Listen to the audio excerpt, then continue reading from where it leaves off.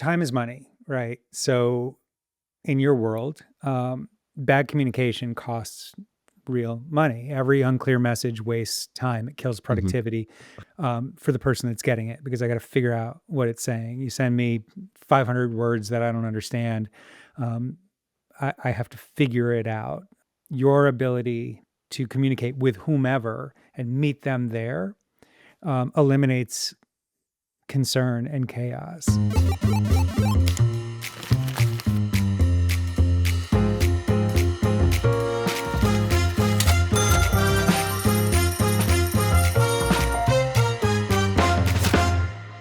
Want to start off by saying that, Chris, thanks for being here. I know that your time is very valuable. I want to uh, take a moment to say that I have loved watching you progress in your career from management consulting all the way up to communication director for national trusted media. It's quite exciting, and I'm really happy to see all of the things that you're doing on social media and kind of explaining some things that I didn't know. I was really appreciative of seeing you talk about LinkedIn and internal communications, which is kind of what prompted us on this conversation, because I really do want to hear, as you said, you are not only a friend, but you are truly a client. And it's very difficult to gauge what is important to your clients. And what better way than on Money in the Bank with Frank to get somebody who's actually in the industry to talk about that, specifically in financial services. You know, I understand that they teach us how to count, but they don't teach us how to manage money. This is the same problem that I have when I'm working with benefit clients. People in HR don't like it when I talk to them about wasting money. They want to talk about how they feel. And I understand that because that's what they're the soul of the company, right? They're not a finance professional. But when I see that waste, I go straight at the numbers and like, how do you not see this? Right. And that's not the best way to do it. No, I mean, first of all, thanks for having me on. Uh, just as a brief bring in, I'm Chris Willis. I'm the Chief Marketing Officer at Axios HQ. We're a communication methodology software services that is designed specifically to help people communicate the way that their audience consumes content to drive alignment and engagement. And what we're going to be talking about today is communication. It's the way that you communicate to your audiences. And I thought that this was an interesting topic for you and for your audience because time, alignment, understanding is money. It is core to what you're delivering as a service. And it's a core to our lives just in general. Mhm. So when you're taking on a client for the first time, what's the first thing that you talk about? Do you look at culture first? Do you look at like how do you judge alignment? How do you figure out alignment? Well, I mean, the first thing that we want to understand is what is the objective? What are you trying to accomplish with your communication? And in general, for my clients, we're talking about internal communication. So, employee communication. How are you communicating with the folks that work in your company?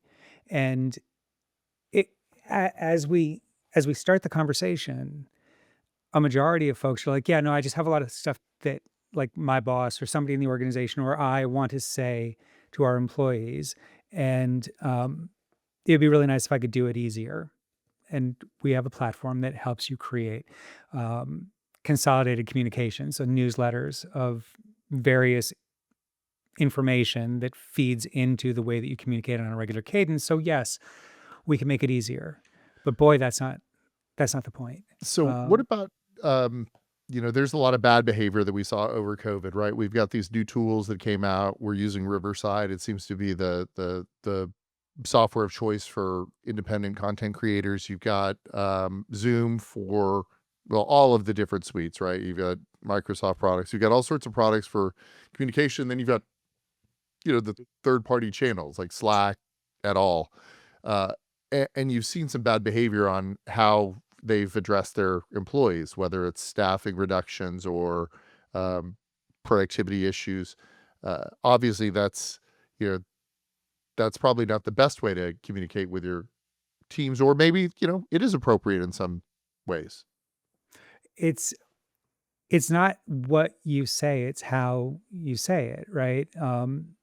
During the best of times or the worst of times, whether it's cultural announcements or crisis communications, it's about clarity. It's about leading with what matters. It's about making it easy to consume. So think skimmable, like big, thick paragraphs of of train of thought communication that as you're writing it, you're like, this feels great. And you're war typing really fast, and this huge document comes out.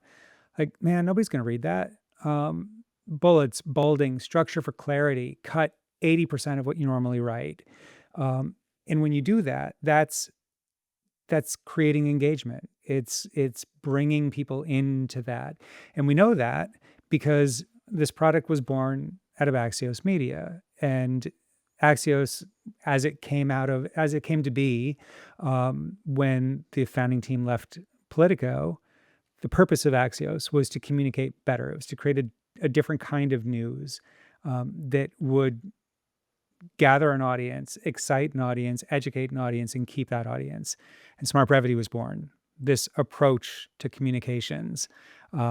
People look at it and they think that it's, bullets and bolding and axioms, one big thing, and what's next, and go deeper. And to some extent, like those things are real. That's part of the way that we communicate. But the thing that you're missing is how you get there, identifying your audience, writing for your audience, leading with the headline, making sure that the person that's reading this is going to be able to consume the message that you're sending them. And that's where really the rubber hits the road on building that engagement. You, as a service provider, to me as a client, like I want to know what you're saying. And I think that you want me to know what you're saying. But if I get 500 words in 1, 2, 3, 4, 5, 6, 7, 8, 9 paragraphs and sentence after sentence of very financial information, like I'm a marketing person with a liberal arts degree. I didn't do this. Just going back to the very beginning, I did get that job at Fidelity, but I didn't take it because they wanted me to work on weekends.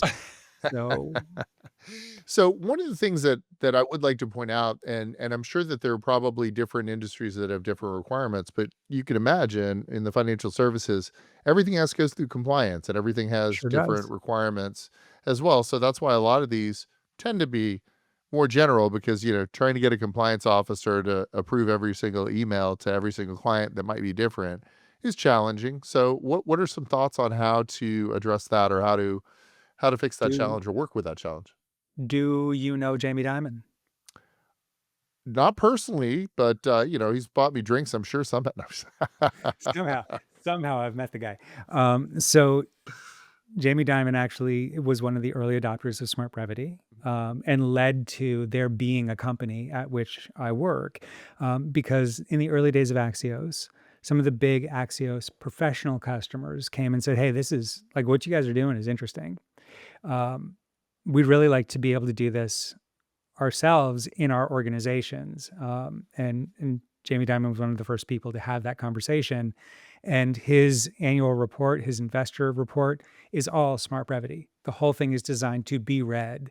And people in the space actually appreciate it a lot because it's one of the few annual reports that one can get through because it is readable, it is scannable, it does get its point across, and I can understand and consume this information.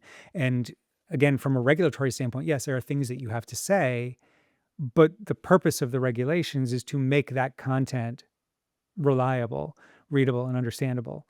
And I we're actually agree. taking it to the next level by making sure that the format of that, the delivery of that, the structure of that supports that same approach. Yeah, I like that thought process because, gosh, when I first started, statements were very difficult to read. You had debits and credits, and it was opaque for a reason. There were so many just different ways for the bigger firms to charge fees, and individual producers had no idea. We were, generally speaking, working, in a salary kind of capacity, but that got fixed, that got cleaned up, and perhaps with new methods of communications like Smart Brevity, it might allow us to get past the regulatory jargon and get into, hey, we're, you know, we don't know what's happening. No one's got a crystal ball, but we know that the market's traumatic for certain reasons. Here's the thoughts that we have on the positive and the negative. But overall, the whole idea is your time in the market, not timing the market. So hold tight. I got you. Everything will be okay, just like it has been for the past 3 times that we've gone through this since I've been in this. No, absolutely. And I mean, like, let's take an example. So I got an email from you recently. I'm not going to read the whole thing because, of course, it's my private financial information. Probably not. It's probably a form letter that your assistant wrote. Um, but it's 426 words. It opens with, I hope all is well. I wanted to reach out and speak on long term investing and the benefits we've created by implementing silos in your portfolio. I already don't know what you're talking about. And so mentally, I've started to tune out. What I'm looking for in here is everything's bad. Um, what are we doing? What are we doing right now? And so you're giving some validating points about, like, well, last year this thing happened and you saw this. And okay, so I agree. You're educated in this way more than I am. But again, I'm looking for, like, what I want to find in this, and I'm trying to rush to it as I read it, is what are we doing? What are we doing? And as we get towards the bottom, staying invested in the face of market turmoil is easier said than done. However, and so just seeing that, however, okay, so I think that's what we're doing. I think we're staying put. And I get to the very bottom, and staying the course is vital. Okay, so we're staying the course, but it's taken me a really long time to get there. Let's take a look at what this looks like in Smart Brevity. So what I've done is I've made it much shorter. So I've taken it from almost 500 words to about 176 words. So much shorter. And I'm going to lead with the headline. So I'm going to set the situational awareness. This is what I'm looking for. We plan to stay the course in light of the volatility in today's market. Oh, cool. Didn't bury the lead, right? Didn't bury the lead. I can leave right now. Like, it doesn't sound like I have another action. But let's go on. So we've got this time-based or time horizon-based silo strategy that's been implemented to divide your investments. Well, why does that matter? Well, I'll tell you. Long-term investing strategies help mitigate the impact of market swings. And then we'll go into just a bulleted list of understanding what the 3 silos are and what we're trying to accomplish, in case I care.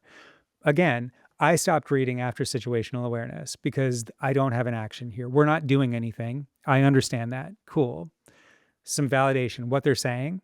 Well, Scott McAdam, portfolio manager with the organization, has an opinion. But look, the bottom line, we built protection into portfolios with silo 1 and 2. So it's essential to stick with long-term strategies. That's why. What's next? We should probably keep in touch. Stay informed about economic forecasts. Watch the news. Cool. I'm good.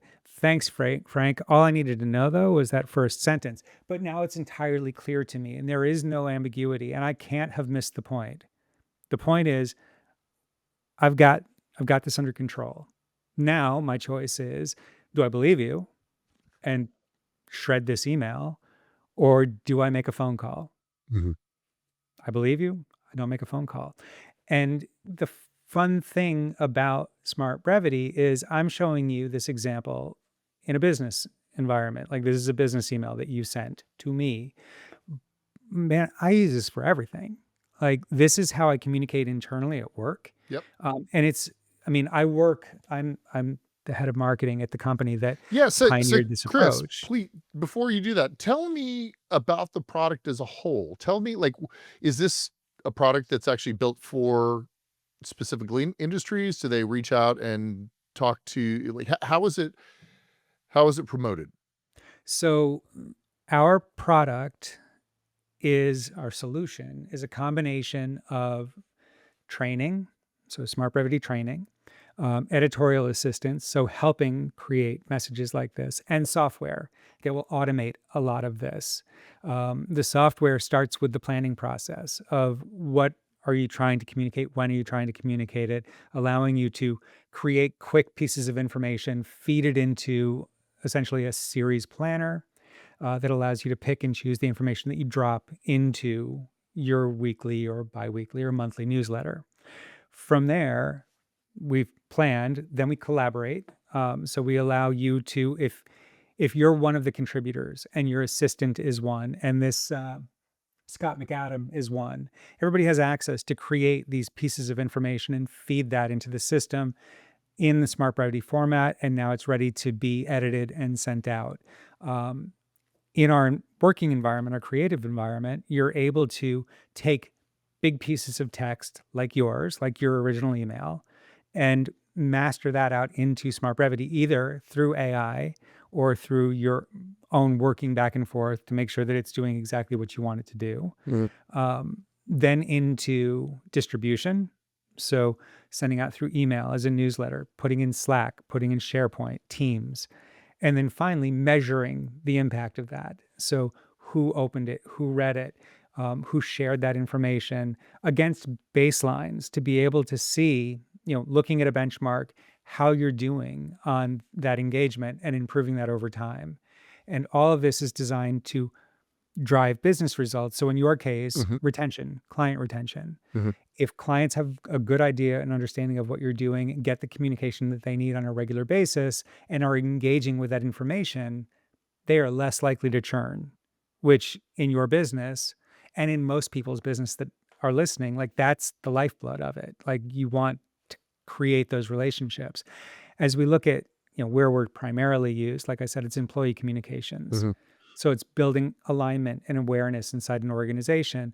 Why? Why does that matter? Because as it turns out, if you have an aligned organization, you have an efficient organization. If people don't understand like corporate goals or departmental goals, they can't work towards them. Mhm. As soon as people are aligned and on board with this information, they become more efficient. So what do I do? Do I send them more regular emails? Do I put things on billboards? Do I tack stuff up on the wall? Well, that doesn't work because a lot of people work at home.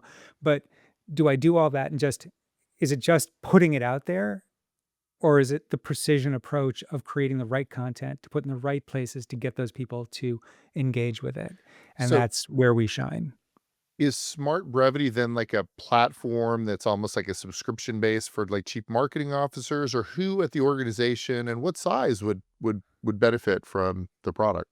So all sizes of companies benefit, but primarily we see companies in the 500 to 10,000 range Mhm. adopting the software, and then that 10,000 to up are generally adopting the services offering, the training and the editorial services that go along with the software. So something that I notice a lot from investing and kind of doing diligence and figuring out why stocks are going up or down, one, not to pick on them and may or may not own it, but look at Starbucks, right? Like pre-COVID, everybody liked it. They were writing your name. It was happy. Everyone was friendly. And then through COVID, the quality started to suffer. Prices went up. Service wasn't great. And you saw the stocks, take some hits. And now you're seeing kind of a bit of a turnaround. And I've noticed by going into my local Starbucks when I typically don't, but like, uh, I'm a Dunkin' Donut guy myself, but going into there, you see that they've made it a little warmer. It looks a little bit better. That sounds like the employee engagement, they had to talk to their employees to change this culture to try to turn around the the service offering. So is that what you guys work on? Is that It's how actually you a phenomenal example for so many reasons. But yes, think about the sheer volume of baristas that exist in the world. Mhm. And how do you win back your voice in a pool of hundreds of thousands of employees? It's hard because again, there's so much noise right now. And then you give them like they have text messaging that they could be getting, emails that they'd be getting, probably Slack messages. A lot of them are, most of them are undesked employees. So there might be billboards in the back room, any number of things that are just throwing information at them. And throwing information doesn't help. You're drowning folks in things that eventually they tune out. So what we do with customers like that is give them the ability to create communications that matter, that become something that people look forward to for that information. Because, to your point, once you align everybody in a Starbucks around their common objectives, around the things that you want them to be doing, the things that they can engage with at work, they do their job better. They're better educated, better aligned, better engaged, more likely to do a good job. And you see the quality of that entire organization go up. And you can overlay that just over any major enterprise like that. Like, so many people, how do you, like, a great example with us is American Airlines and the use of Smart Brevity in their organization to communicate across hundreds of thousands of people daily. Like, how do they make sure that everybody's on the same page, whether it's something amazing or something difficult for them to communicate? Like, all of that comes back to the lead, clarity, next steps, making it easy to understand and engage with. And again, it's not, we're talking business, but this is family group chats. Like, this is calendar invites. This is making sure that when I'm inviting you to lunch, I'm being clear about when and where and why we're going to be doing that, so that I don't show up one place and you show up someplace else 3 weeks from now. And that shit happens. Like, that's real to the problem that we have. Um, how do we as people forget business, lead with the thing that people need to know the most, and back into all the information that supports that? How do we make it so that, I mean, I'm going to use this example. I'm going to get in trouble, and she's in the next room, but my wife writes very long text messages, very long, like really long. And you lose things in it because eventually you're like, okay, I think I get what she's saying. And you stop. And if the most important things are near the bottom, people might not ever get that point. And That has so, never happened to me, ever. no, I I'm have sure that it never. hasn't. No. But if you start with, hey, this is what we're talking about, like, Mhm. this is why we're here. Why does that matter? This is why it matters. I'm going to go a little bit deeper, and then we're going to hit the what's next, and I'll move on to the next topic. But we've covered this, and there's really no reason for you not to understand. And if you don't, let's talk about it. And that changes everything. Uh-huh. As I talked about how, like, all of my pitches at work to my boss, to my team, to my peers start and finish in Smart Brevity, because I know what I want to do. Like, I know what I'm pitching. They don't. So I need to think like them, position this for them, and deliver it in a way that makes it quick and easy for them to be like, yeah or no. Like, Mhm. boom. And then we can have a longer conversation. And it's transformative, because now so much more of what I want to get across actually reaches my audience, versus that guy in your office that sends you the email that's like 5 scrolls long. You're like, I don't, this might be the best idea in the world, but I can't do it. Like, that bites you in the butt. And that's, I mean, we there's software, sure, but there's also the book. So Smart Brevity is a best-selling book. It sold 350,000 copies. It's available on Amazon right now, and just this book gets you way along the pathway to being able to have these style communication in your own life. And if you buy the book, or find the book, or steal the book from your sister, or wherever you get it, there's also a webpage, smartbrevity.com, where there's resources and study guides and additional training that people can take to be able to learn this style of writing. And people love it. This is a movement. This is something that hundreds of thousands of people do every day in their communication. And if you don't know about it, it's not too late.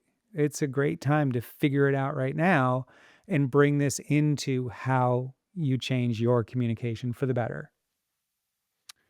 I just want to take a moment to revisit how easy it used to be in the good old days. Yes. So just remember, there was the best part about being that was like, if you wanted to keep in touch with someone, it was either a phone call, or if it wasn't required, it was a letter, which would Mhm. get there eventually. And then you had your time shifted delivery from, is it immediate right now? I need a phone call. Or is it like, I could wait a little, time shift that delivery to a text message that maybe someone will get back to in a bit. Or it's really not important, get back to me at some point with an email, right? And now it's like, I don't want to hear from you. It's a text message I want to answer now, maybe an email, and then a phone call. But like, what has changed in that dynamic on a like a corporate level? Because obviously we can't, or maybe we can. What do you see out there on the larger scale organization size? I mean, it comes back to what I said earlier. It's deafening. It's deafening. There is so much noise on a day-to-day basis. I mean, just your email.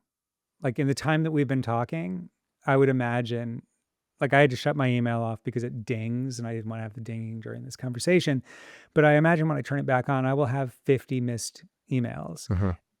one of which will be something that I actually needed to know. So I don't know that yet. So I'm gonna have to sift through all of that. And that's gonna take some amount of time, like 5, 10 minutes to go through the 50 emails, figure it out. That's time I'm never gonna get back. Mhm. And that's just one channel because also while we sit here, I've got 12 unread Slack messages that are directly to me with my name on it, and probably another 100 that are passive Slack messages that are from somebody to a channel that I'm a member of, that I probably need to know a little bit about. In addition to that, there's whatever's going on in Google Docs about the things that are being added to my documents, edited to my documents that I'm going to need to check. There's just so much noise on a day to day basis. And we haven't even gotten to like my doctor's appointments and my friends texting me and the gym and all of the things that are coming at me. And it becomes paralyzing, right? Like eventually, I mean, When again, is I there don't want to. time to actually do your job? Well, right, and I don't wanna pick on my wife again, but, like, she has 40,000 unread messages in her Gmail, and it freaks me right the heck out. Like, I can't I'm a 0 inbox person, and it freaks me out, but she gave up. Like, at a certain point, she was like, I can't keep up," and it just went on without her, and it'll keep going long after we're dead. Uh-huh. It'll just keep building, and the world that we're trying to build is a world where, yes, there is the message, but the message has an outcome. The outcome is impact. There's a need for this. And so if there's an outcome, if there's an expectation of impact of this message, we need to help you get that impact into the message. There's lots of ways, and we just outline them to send communications to people. But there's really only one way to make sure that that communication has impact. There is, speaking of, emails that you get on a daily basis, and, sometimes you just hit junk, sometimes you hit send it to spam or whatever. And there are some that actually are either entertaining enough or, have enough information right up front that like I've just never deleted them because I'm like, someday I might actually read that email, you know? You know? Just So, gonna save this. I think you have a better chance of being in that, "Hey, I might actually read it someday," advertising sort of email if you maybe follow some of the advice I do appreciate the, don't bury the lead part, and I am certainly going to find a way to be better at that. It is challenging, but as I said, it's really good information to know. Don't bury the lead, try not to be, as corporate, but, it Well, if you want to see this in action, I mean, go to axios.com and sign up for one of the newsletters. I suggest AM and PM. So Axios delivers news differently than other organizations. They're newsletter first. Obviously, there's news on the website, but if you subscribe to AM and PM, you start your day with a newsletter and you end your day with a newsletter every day of the things that you need to know, and it's delivered in a way that a, you can consume it, and B, you look forward to because you can consume it. You know, and it says right at the top, like, this is a 5-minute read. Cool. In 5 minutes, I'm going to know more stuff. Excellent. And then you scan the whole thing, read for detail where you care, and you've learned everything that you need to know about what happened last night or what happened during the day. And that's the same method that we're bringing into the business with the way that we communicate with employees and association members and people associated with nonprofits, all the folks that are getting this kind of communication. So there are different lists, if you will, so different subjects, different publications that Axios puts out. Yeah. There are. There's AM, there's PM, there's communicators, there's pro rata, there's all kinds of different. Like for you, you could actually spend money at Axios because there's financial content designed specifically for financial professionals. Sounds like if I knew somebody that really could sift through that for me and give me some suggestions, that would be No, really no, great. I know that'd be cool. Pretty neat. Well, Chris, I appreciate the time that you took with us. As you know, I love to interview people, figure out how they got here, hear their story, and also be productive because if you're not wasting time, you're making money and we want you to give your cash a job. So obviously, thanks for joining us on Money in the Bank with Frank. Thanks for having me, Frank.